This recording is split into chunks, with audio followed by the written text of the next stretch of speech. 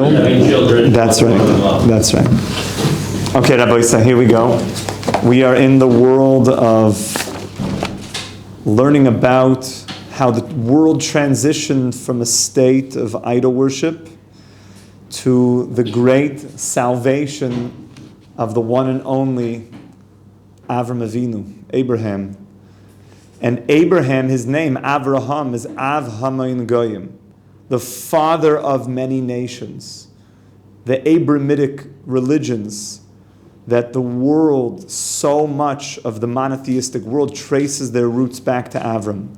And we're learning right now why that is, because Avram was the one that stood up when the world had sunk more into idol worship. He's the one that stood up. And we're at that place right now. We're talking about what happened, how he stood up to that. So what happened? The world was sinking more and more and more into idol worship. And Avram Avinu stands up.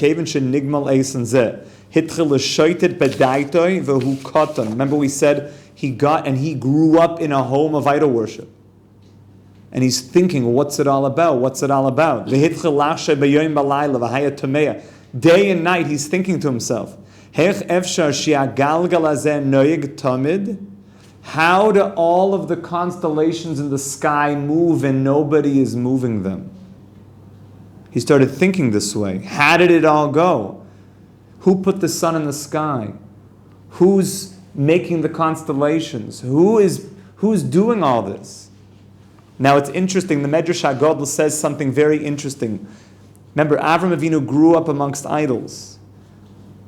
But he started asking, he went on an intellectual search, what's it all about? So he said the following, he said, why should we bow down to idols, gods that we ourselves make? You know what we should do? It makes more sense to bow down to the earth, because the earth makes the crops that sustain us. Meaning, why would I bow down to the idols, the things that I make myself? I would bow down to something that makes the things that sustain me, not a bad thing. So he started to worship the earth. I mean, there is Mother Earth. There's such a concept of earth worship. And you can appreciate that, yeah, it provides us with everything. But he said, wait a second. The earth needs rain.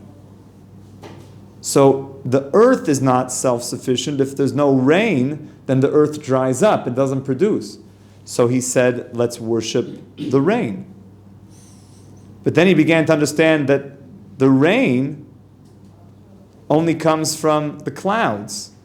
So you worship the clouds. And then he said, oh, let's go and just worship the sky.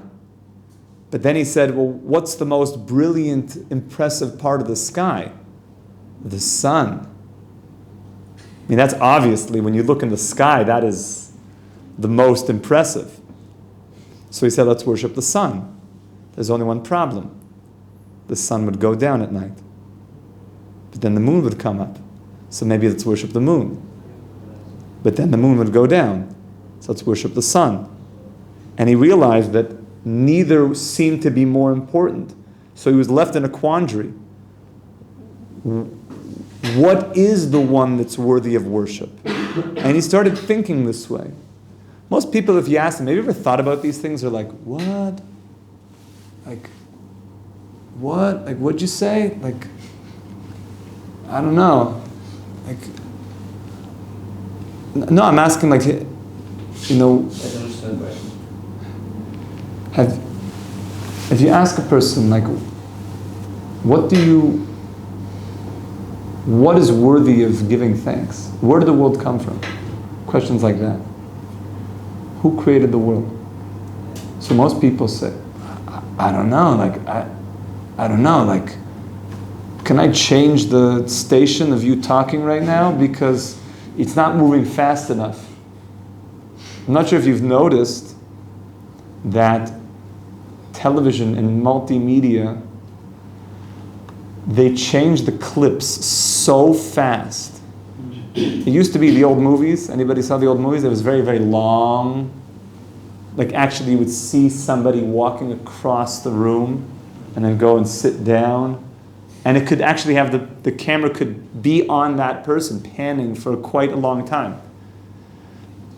If you watch any movie, I'm not sure that I suggest to do that so often, but if you watch any movie Shalom Avracha. The movies move so quickly. Just watch and see how often they change the frame.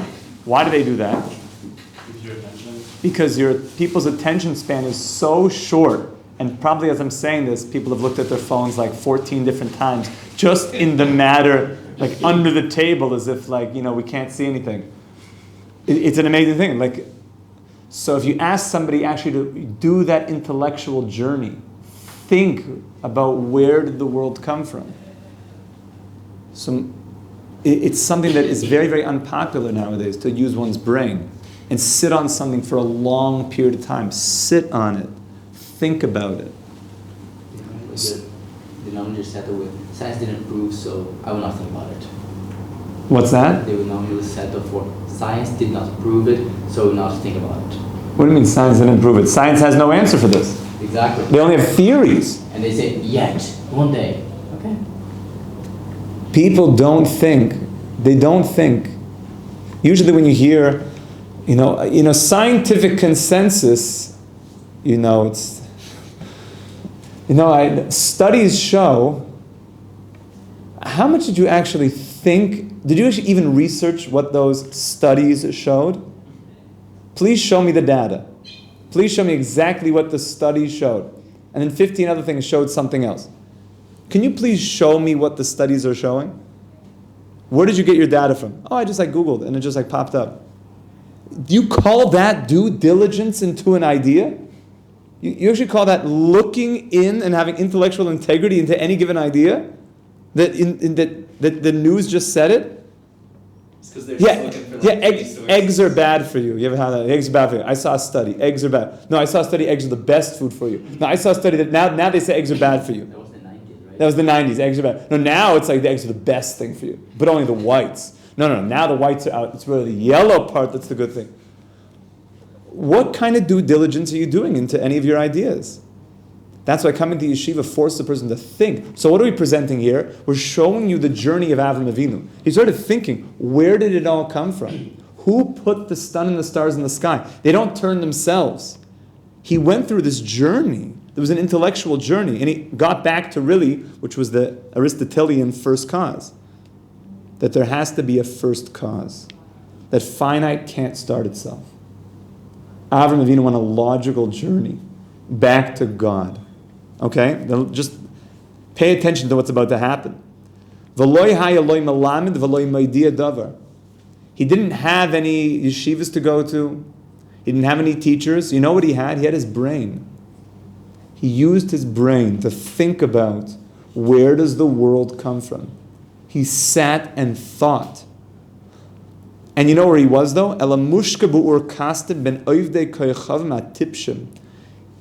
He was living in a world of idol worship, which the Rambam calls foolish idol worshippers, fools. Even though he said before that these were the Chachamim, these were the so-called enlightened ones, but foolish because they didn't think deeply about what they were doing. There's otherwise extremely intelligent people, but if you ask them the question, what's the purpose of life? They'll say, I don't know. Maybe you should stop and think about that question. Could there be anything more practical and more important? Why are we here? Why are we here? Why are we here? So they'll say something, I don't know. Yeah, I don't know. What do you mean? You have a brain. Think about it. No. Do you think before you cross the road? Yeah, that's practical. Is there anything more practical than the purpose of life? Why you're here? That every single one of your decisions is based on something that's taking you somewhere? The world is not thinking. The world is not thinking. Now, it just gets more. Look at Avram Avinu. Everybody was doing it. It was the thing. Idol worship was the thing. We explained Shittuv, and then we explained they actually worship the idols. We talked about false prophets. That was the last few shiurim. And Avram Avinu served with them. Now, it's an important thing. There's a medrash that says that Avram Avinu, when he came and he finally discovered God, and he became a prophet, so he said to God, but God, what's going to be with all of the idols that I worshipped? I'm worried that I'm going to be punished for all of my idol-worshipping ways. And you know what God said to him? All of what you did growing up was all part of the journey that brought you towards me. All of that was taught you things. And because you didn't know any better, but you used those life experiences to bring you to God, I'm going to give you a reward for those things as well. So, by the way, let me make this absolutely clear. Don't leave here and say, well, the rabbi said that you can get reward for worshiping idols. Who wants to go get some Ouija boards tonight? Let's go. We're going to talk about practical ways to avoid idol worship. Let's go to the local sorcerer and the local black magician who wants to go see some spooky old stuff later today. Because look, we'll do the spooky stuff, and then we'll abandon the spooky stuff, and we'll get reward for doing spooky things, and it'll be a cool thing. Let me make it very, very clear. No, not allowed, not allowed. But didn't he say Avram Avinu? That was only because he didn't know any better. He didn't know any better. He was raised in it. But that was all the things that brought him towards Hashem. Yes? So when he speaks, so we mentioned earlier about he looked at the earth and the rain and the clouds, like, do those things like a deeper representative, like symbolic meaning as well as Kabbalah, or? For sure. Everything has meaning. Everything has meaning. Yeah.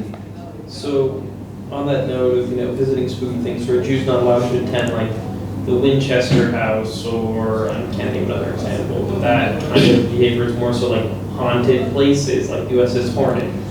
So there's a few things. The Rambam says, and the Gemara says, don't go to spooky places because they're dangerous, and because weird people hang out there, and they might suspect you of doing immoral things. It talks about like abandoned, haunted houses. The Gemara talks about. You know who hangs out by these haunted houses? Weird people. Weird people and harlots. Because that's where people, of ill repute hang out.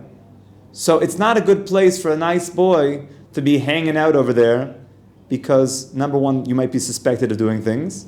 And if we understand demons, which we'll talk more about as we get more into the sugyas of idol worship, a little bit maybe today or tomorrow, so those spooky things can attach themselves to a person. And who needs that? Like, who wants to just get, some demonic, hitchhikers, onto you? We just say, no thank you. When I was growing up, there was a big, thing, say no to drugs. And we still agree with that. Say no to demons. Just, even if they seem really cool, and they got great paraphernalia, and the rock and roll guys are all talking about them, and it seems really cool, and like, the goth Marilyn Manson stuff, like, it's kind of cool, like, say no. Just get out of there as quickly as you possibly can. Anything where there's like death worship and a lot of, weird, just stay away. Generally, you're going to see idol worshiping practices. So Avram Avinu grew up in that, and he said no. Liboy mishoitet to maven, and he started to think more and more of how illogical that was.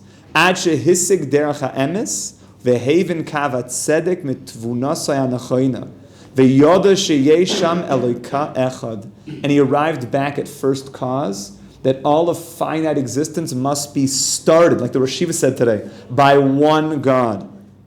V'hu bara hakoil, and God, the one and only God, made everything. Ve'ein b'chol ha'nimtza Eloka chutz meno. There's no such thing as God having other partners, i.e. like, God, and there's like a few other gods. No, there's nothing but God. That's the true existence. Ve'yoda shekol ha'olam toim, and he understood the whole world was actually making a mistake.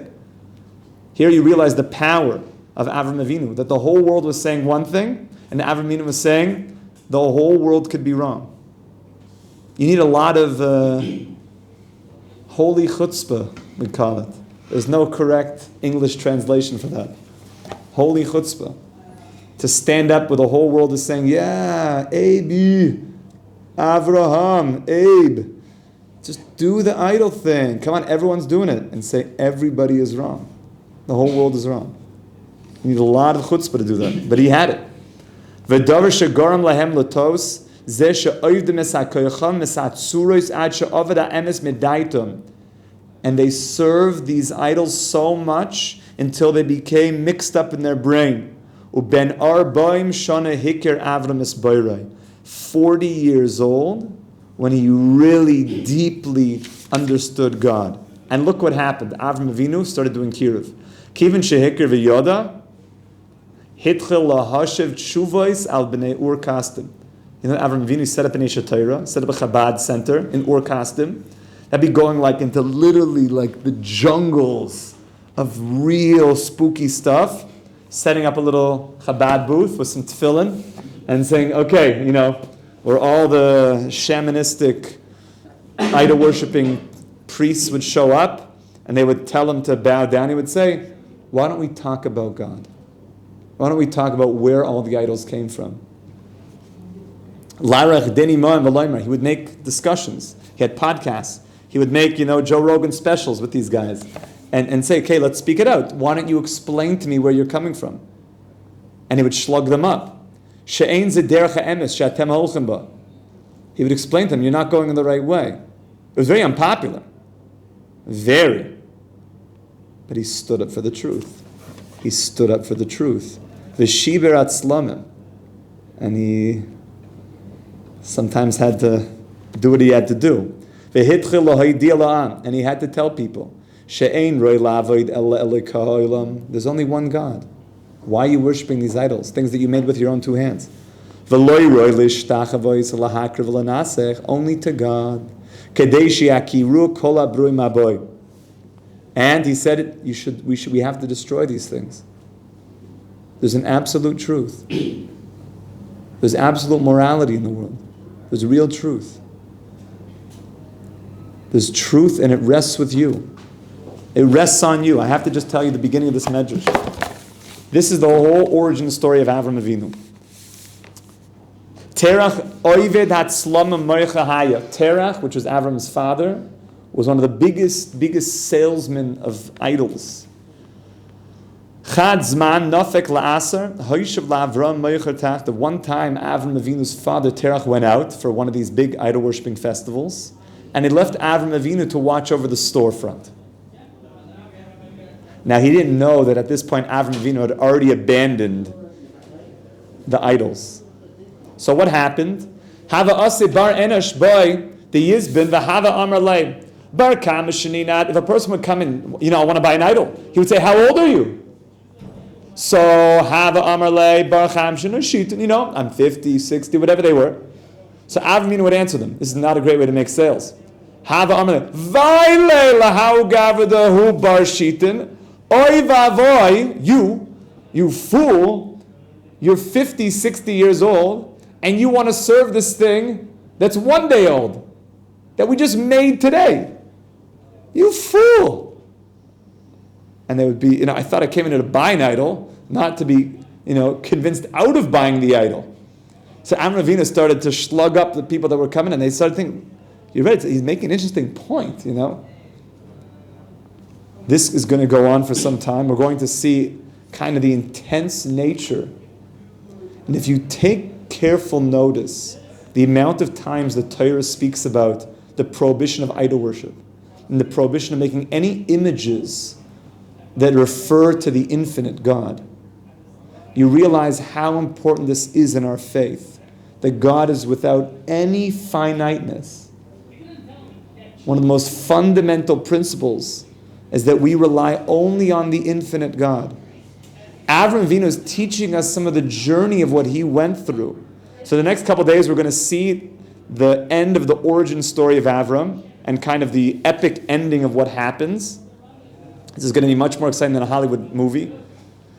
Then we're going to see some of the practical ways that idol worship is still relevant today and how we're being seduced into it. Not just a once-in-a-while thing, but in every single moment-to-moment seduction. And then we're going to show just how relevant that is in our life. And then we're going to be moving on to the next of the constant mitzvahs, which is the absolute unity of God. And you say, but wasn't that the first mitzvah, Emunah? We're going to see that the unity of God goes even further. Shows that not only does God run the world, He's creating the world constantly. There's a purpose for creation. He loves us. He's involved in our life. But really, there's nothing but God. There's really nothing. Ein oid milvado means you and I, we're really inside of God right now. And there's really nothing but God. And to the degree that we can understand that secret, that is the ultimate Kabbalistic experience of total unity consciousness with God. And that's what we're going to be experiencing for all eternity, is deeper and deeper into the midst of what's called Yichud Hashem.